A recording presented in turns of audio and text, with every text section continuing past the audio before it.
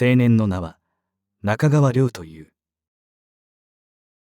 亮はこの家に住み込むことになった。給料は出せないが、寝るところや食べるものは今は何とかしてやれる。部屋は余っているし、今の俺は食事は安い食材を買ってきて自炊する。一人分増えてもなんとかなる。うまいものは食えないが、亮も文句は言わなかった。亮がどういう人間かまだ分かっていないし、リスクはあるが、俺自身社会から弾き出された人間だし、失うものが大してあるわけでもなかった。亮には店の掃除をまず頼んだ。皿洗いもやらせた。そのうちに簡単な料理やコーヒーを客に出したり、コーヒーを入れたり、亮は店の仕事を徐々に覚えていった。林さんは店のメンバーに亮が加わったことを喜んでいた。暗い顔をした亮に林さんは話しかける。お客さんが来たら、いらっしゃいませって言うんだぞ。ちゃんと笑顔で言うんだからな。ちょっと練習してみな。いらっしゃいませ。笑顔を作った亮が林さんに言った。俺は亮の笑顔はいまいちだと思った。どこか暗い感じの笑顔だ。しかし林さんは、その調子だと亮を褒めた。店を閉めた後、亮と一緒に飯を作る。亮は自炊をしたことはあまりないようだったが、ご飯の炊き方、味噌汁の作り方、魚や肉の焼き方など徐々に覚えていった。亮は俺の前では何でも食べたが、好き嫌いがあった。納豆がダメだったし、人参がダメだった。俺は他人と暮らすことに徐々に慣れていった。亮のことがまだわからない間は不安もあったが、亮は別に問題のある人間ではなかった。やがて店のメンバーも3人になったので、勤務時間をやりくりし、営業時間を2時間伸ばしてみることにした。11時から19時までだった。営業時間を10時から20時までにした。時間を増やした分、客も少し増えた。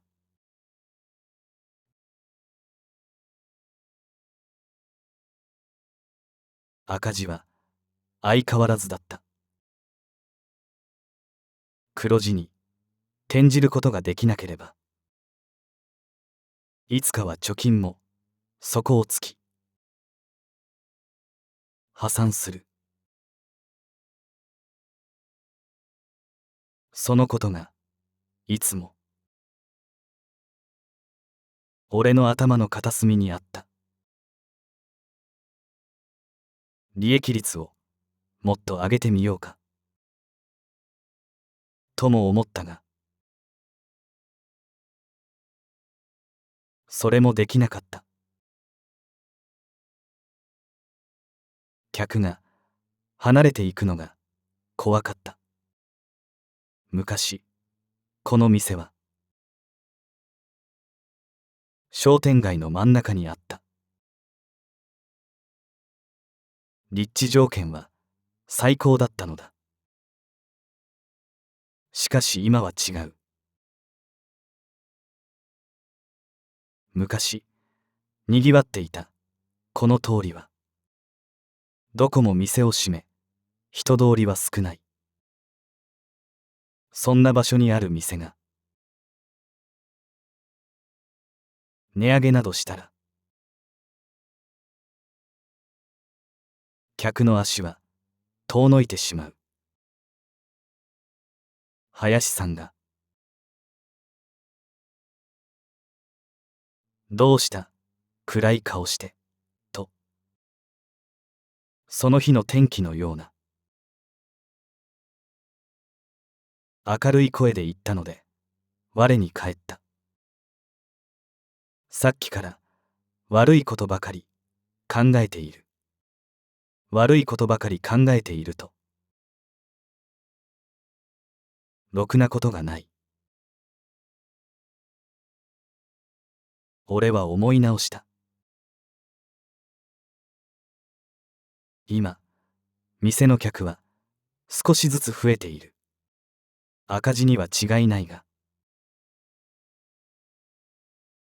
俺の貯金の減り具合も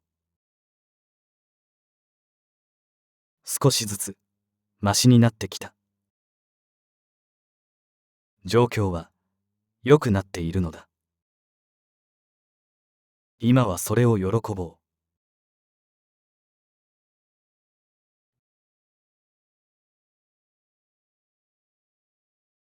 ある日のことだった。客が3人来ていた。1人は女で、2人は男だった。3人ともまだ若い。そして、ライディングジャケットを身につけている。林さんが俺に耳打ちした。あんた、気がついてるか？表のバイク。表にバイクが3台止めてある。問題は止めてある場所だった。向かいの建物の前の歩道。つまり他人の敷地の前に止めているのだ。今日だけではなかった。客が向かいの建物の前にバイクを止めているのをたまに見かける。林さんが言った。近所から苦情が来るかもしれないぞ。ライディングジャケットを身につけた三人組に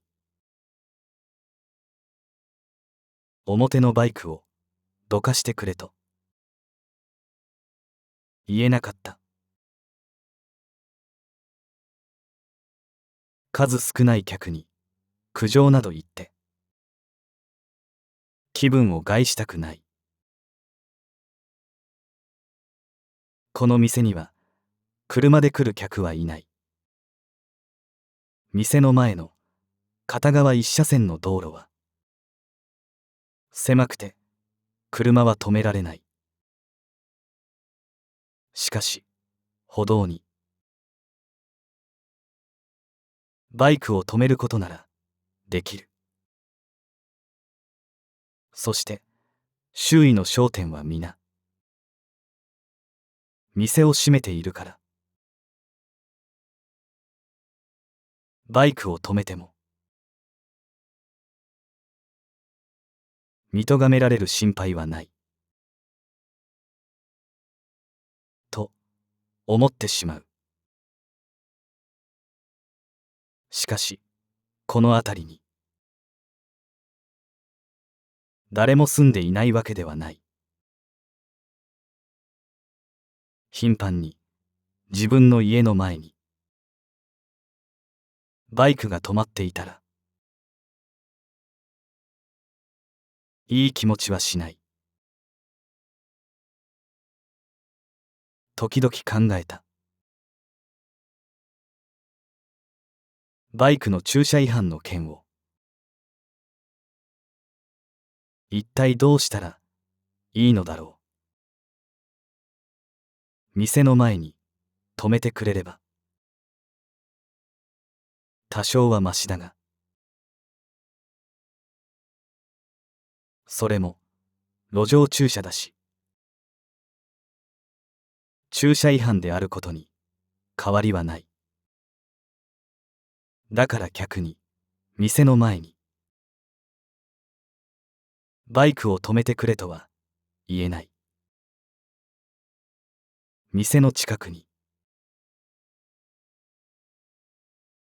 駐車スペースを確保するのはどうかと思ったが、この近くにそんな場所はないし、費用もない。しかし俺は思いついた。この店というか実家には裏庭がある。その裏庭をバイクの駐車スペースにしたらどうだろう。道路に面した垣根を取り払ってしまえば、バイクなら楽に入ってこれる。少なくとも10台は止められるだろう。だがどうだろう。それをやるには結構な手間がかかるだろうし、いろいろと問題も出てくるかもしれない。それはそうと、近所に迷惑をかけているのだし、一言謝りに行くべきだった。近所の住民が無断駐車のバイクをどう思っているのかはわからないが、できるだけのことをしておいた方がいい。何か手土産でも持参した方がいいかもしれない。どこも店を閉めてしまったとはいえ、この辺りにはまだ昔俺の家族や俺が世話になった人たちも住んでいた。その人たちにまだ何の挨拶もしていない。顔を合わせると、軽く会釈することはあったが、随分とそっけない態度を俺はとっていた。無職になって妻と別れた俺には気持ちに余裕がなかったし、笑顔で挨拶する気になどなれなかった。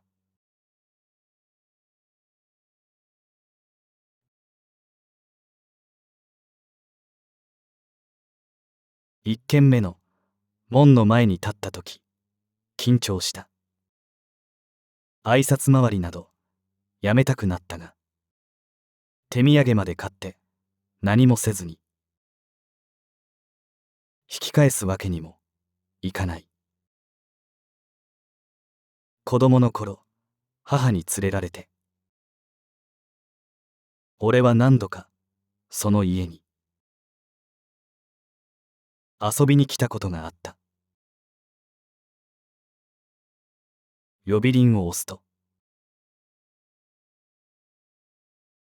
その家の住人が出てきた。昔世話になったおばさんだった。なんとなく気まずかったが、俺は言った。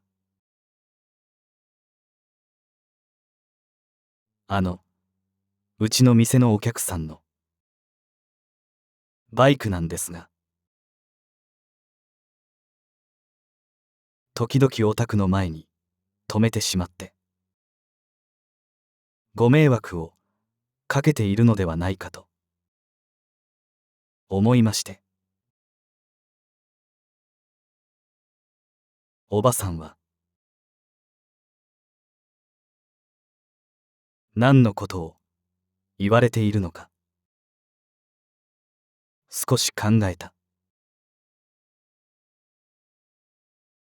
ああ、店の前の方のね。別にいいわよ。どうせ店はとっくに閉めちゃったし。おばさんはもう70歳に近いはずだった。しかし話していると昔と変わっていない。俺は言った。それと引っ越してきたのに挨拶にも来なくて申し訳ないです。これつまらないものですが。俺は手土産を差し出した。ありがとう。おばさんは手土産を受け取ると、どこからか座布団を持ってきて上がりがまちにしつらえた。ちょっと座ってて。今お茶入れるから。数分後、俺とおばさんは玄関先でお茶をすすっていた。どうしてたのとおばさんが言った。俺の口は重くなったが正直に話した。仕事を失って実家に戻ってきた。喫茶店を再開するつもりがあったわけではないが、他にすることもなく店を開けた。やがて助けてくれるもの、助けてほしいものも現れた。そして客も少しは来てくれる。俺は言った。まだ儲けなんて全然ないんです。でもお客さんは少しずつ来てくれるようになった。おばさんは言った。うちの前にバイクを止めたいんなら、どんどん止めなさい。その方が私も嬉しいよ。そして、よく帰ってきたね。おばさんはそう言ってくれた。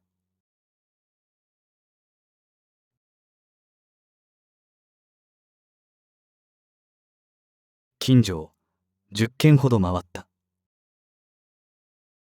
空き家になっている家も何軒かあったが、昔から住んでいる人たちが残っている家もあったし、新しく越してきた家も1軒あった。挨拶に出向くと、皆快く迎えてくれた。俺はそれまで近所の人たちに自分を見られるのが嫌だった。社会から弾き出されて居場所を失った俺がどう思われるのか不安だった。でもその日、俺の気は少し晴れた。再生リスト8に続きます。